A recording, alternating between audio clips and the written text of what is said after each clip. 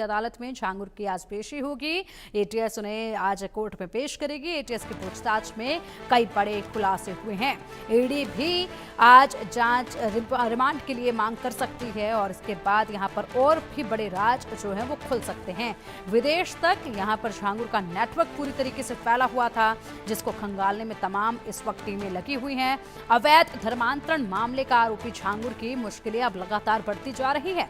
इसी कड़ी में आज धर्मांतरण के आरोपी झांगुर और उसके साथी नीतू उर्फ नसरीन को यूपी एटीएस लखनऊ की अदालत में पेश किया जाएगा। फिलहाल आज दोनों की रिमांड पूरी हो रही है। इस दौरान एटीएस की पूछताछ में बड़े खुलासे हुए हैं। झांगुर बाबा का सिंडिकेट विदेश तक फैला हुआ है। उसके 2000 के करीब गुर्गे भी थे जो हिंदू लड़कियों को प्रेम जाल में फंसाकर उनका धर्मांतरण करवाते थे और बेहद दूर तक ये फैला नेटवर्क अब ध्वस्त किया जा रहा है। एकाएक कर तमाम उन लोगों को ढूंढा जा रहा है जो कि पूरे इस नेटवर्क से जुड़े हुए थे और ऐसे में अपने इन काले कारनामों को अंजाम दे रहे थे। एक बेहद बड़ा मकसद था ये और इस मकसद में सिर्फ गिने चुने लोग नहीं बल्कि पूरे देश की ही तस्वीर बदलने का लक्ष्य तय किया गया था। उसका बड़ा खुलासा हुआ, जिसके बाद कार्रवाई की जा रही है। एक के बाद एक तमाम राज सामने आ रहे हैं। झांगुर के किले को ध्वस्त कर दिया गया है और अब इस पूरे नेटवर्क को ध्वस्त करने की कार्रवाई तेजी से चल रही है। विदेशों तक ये पूरा नेटवर्क फैला हुआ था क्योंकि फंडिंग वहीं से होती थी, इशारे वहीं से मिलते थे और उसके बाद जो हुक्म मेरे आका कहकर झांगुर यहाँ पर पूरी तरीके से अपने इस नेटवर्क को आगे बढ़ा रहा था। ऐसे में कई सारी बच्चियों की जिंदगियां तबाह कर दी गई हैं।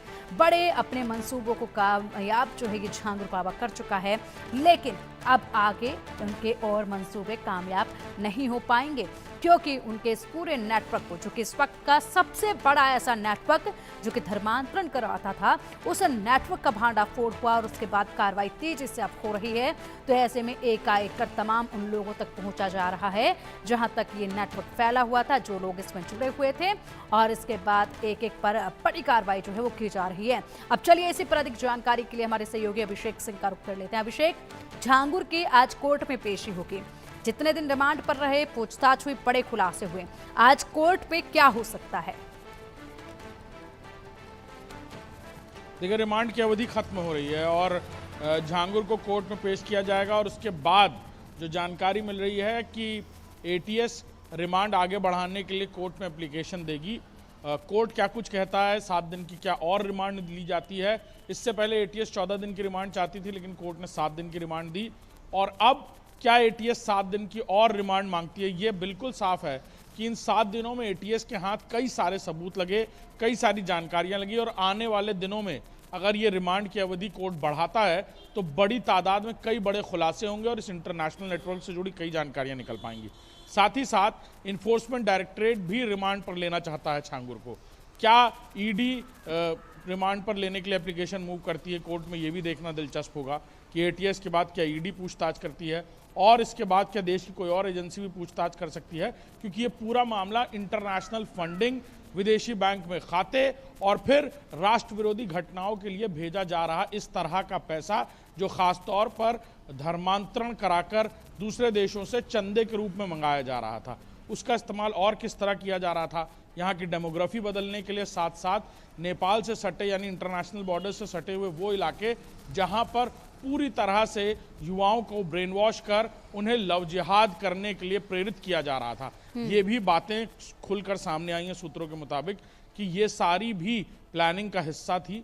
और अब झांगुर को कोर्ट में पेश किया जाता है, रिमांड बढ़ाई जाएगी, रिमांड एप्लीकेशन एटीएस मूव करेगी, उस पर कोर्ट क्या कुछ कहता है, ईडी को रिमांड मिलती है या नहीं, ये वो सारे सवाल हैं जो आज बिल्कुल साफ हो जाएंगे। बिल्कुल, और इसी के साथ यहाँ पर रिमांड अवधि क्या दी जाती है इसका भी इंतजार है। लेकिन अगर बात की जाए तो आज तो यहाँ पर ये बड़ा दिन है कार्रवाई का जो कोर्ट में होगी। ईडी को कब तक यहाँ पर रिमांड पर मिलेगा झांगुर, क्योंकि इंतजार झांगुर के रिमांड की ईडी भी इस वक्त कर रही है और कितने दिनों का रिमांड वहाँ पर दिया जाएगा वो भी महत्वपूर्ण है। वहाँ से भी बड़े खुलासे जो हैं वो होंगे जब शुरुआत पूछताछ की ईडी भी करेगी। अभिषेक, इसी के साथ अगर बात की जाए तो अभी तक बहुत सारे लोगों की जानकारियां सामने आई हैं इस पूछताछ में जो पूरे इस नेटवर्क से जुड़े हुए थे, उनको लेकर भी अपडेट आप सब लेंगे। लेकिन फिलहाल एक बड़ी